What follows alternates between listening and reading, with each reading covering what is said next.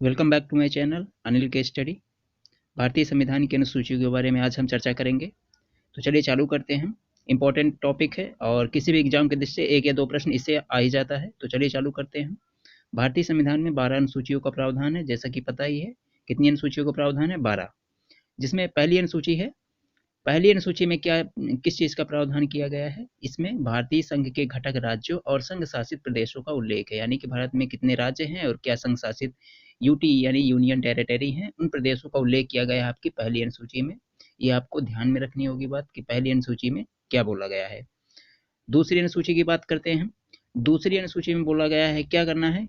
जो विभिन्न पदाधिकारी होते हैं, ठीक है, विभिन्न पदाधिकारी जैसे राष्ट्रपति, राज्यपाल, लोकसभा अध्यक्ष, उपाध्यक्ष, राज्यसभा के सभापति, उपसभापति आदि, जैसे उच्च न्यायालय, सर्वोच्च न्यायालय के जो मुख्य न्यायाधीश, अन्य न्यायाधीश, ठीक है, जितने भी मुख्य पदाधिकारी होते हैं उनके जो वेतन और पेंशन, ठीक है, वेतन भत्ते और पेंशन का उल्लेख है आपकी दूसरी अनुसूची में। ठीक है, यानी कि देखिए, एक बात इसमें हमेशा आप याद रखिएगा, जो राज्यसभा का यहाँ सभापति दिया है, राज्यसभा का सभापति कौन होता है आपको पता है? उपराष्ट्रपति होता है। ठीक है, तो जो उपराष्ट्रपति है, तो उपराष्ट्रपति राज्यसभा के सभापति के रूप में वेतन ग्रहण करता है, ना कि उपराष्ट्रपति के रूप में। ठीक है, तो आपको मोस्ट इंपॉर्टेंट है, ये ध्यान में रखनी होगी बातें कि दूसरी अनुसूची में राज्यसभा के सभापति का प्रावधान किया गया है, ना कि उपराष्ट्रपति का। ठीक है, तो उनसे संबंधित जो वेतन भत्ते दिए जाते हैं और जो पेंशन दिया जाता है, इन सभी बातों का उल्लेख आपकी दूसरी अनुसूची में है।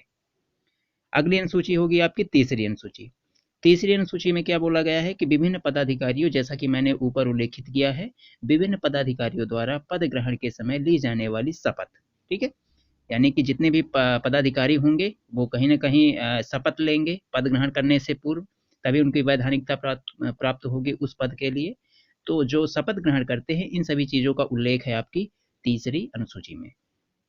अगला प्रश्न है, अगला प्रश्न या फिर आपकी चौथी अनुसूची है कि विभिन्न राज्यों और संघ प्रदेशों का राज्यसभा में प्रतिनिधित्व का उल्लेख है। यानी चौथी अनुसूची ये कहती है कि जितने भी सारे राज्य हैं, जितने भी स्टेट हैं इंडिया में, जितने संघ शासित प्रदेश हैं यानी यूनियन टेरिटरी है, इनका राज्यसभा में, राज्यसभा को पता है क्या बोला जाता है? उच्च सदन बोला जाता है। ठीक है, राज्यसभा में प्रतिनिधित्व का उल्लेख किया गया है कि राज्यसभा में इन राज्यों और संघ शासित प्रदेशों से इनका कितना प्रतिनिधित्व रहेगा।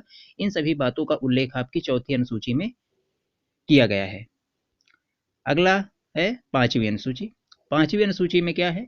अनुसूचित प्रदेशों अथवा क्षेत्रों और अनुसूचित जनजाति के प्रशासन और नियंत्रण के बारे में उल्लेख है। यानी पांचवी अनुसूची ये बोलती है कि जितने भी बैकवर्ड एरियाज हैं, ठीक है, अनुसूचित प्रदेश है या अनुसूचित जनजाति के प्रशासन और नियंत्रण के बारे में उल्लेख किया गया है। ऐसे क्षेत्रों में जो आपकी अनुसूचित जनजाति, जिसको हम बोलते हैं एसटी, इनके प्रशासन संबंधी और इनके द्वारा नियंत्रित किए जाने वाले मापदंडों का उल्लेख किया गया है आपकी पांचवी अनुसूची में। अगला है छठवीं अनुसूची। छठवीं अनुसूची में क्या प्रावधान किया गया है?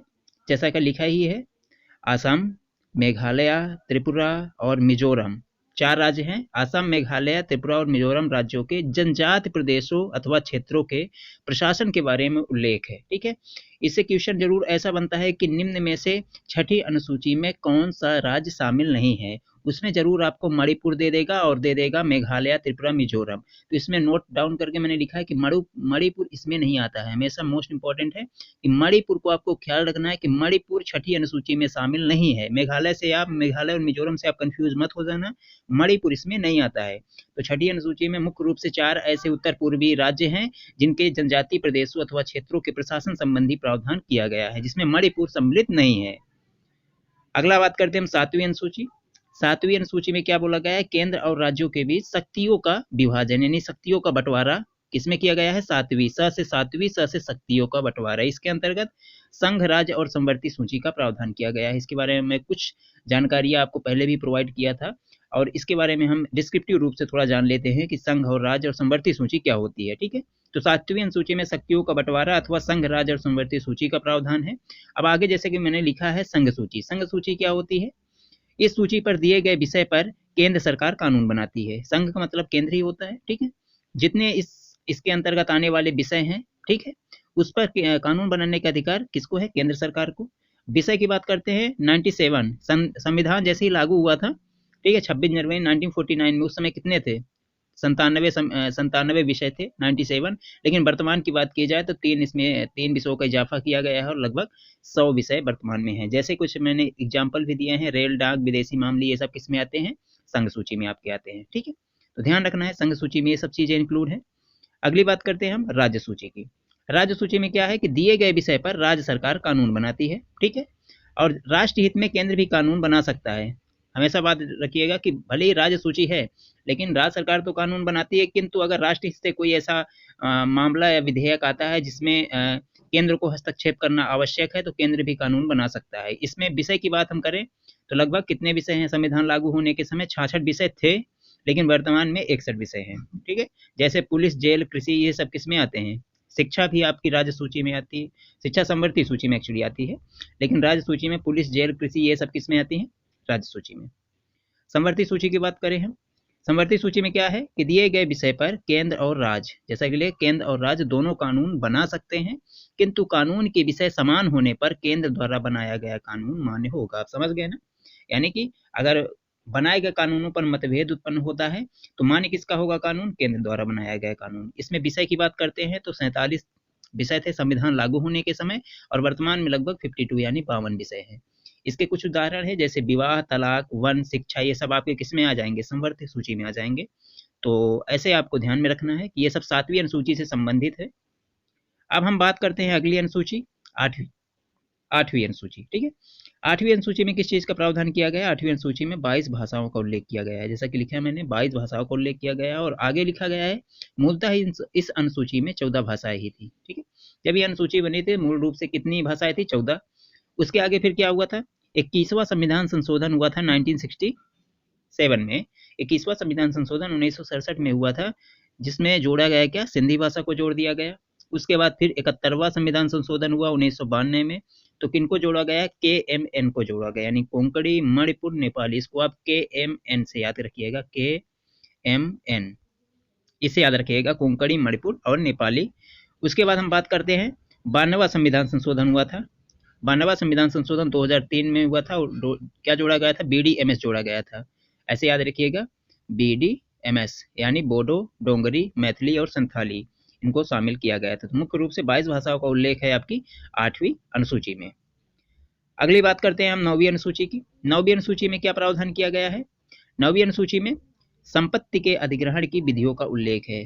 ठीक है, यानी सरकार द्वारा जो संपत्ति का अधिग्रहण किया जाता है वो किन विधियों द्वारा इसका अधिग्रहण किया जाएगा, इन सभी चीजों का उल्लेख आपकी 9वीं अनुसूची में है। आगे लिखा है कि इस अनुसूची को प्रथम संविधान संशोधन अधिनियम 1951 1951 में जोड़ा गया था। 1951 में प्रथम संविधान संशोधन अधिनियम आया था और इसी के तहत 9वीं अनुसूची को जोड़ा गया था।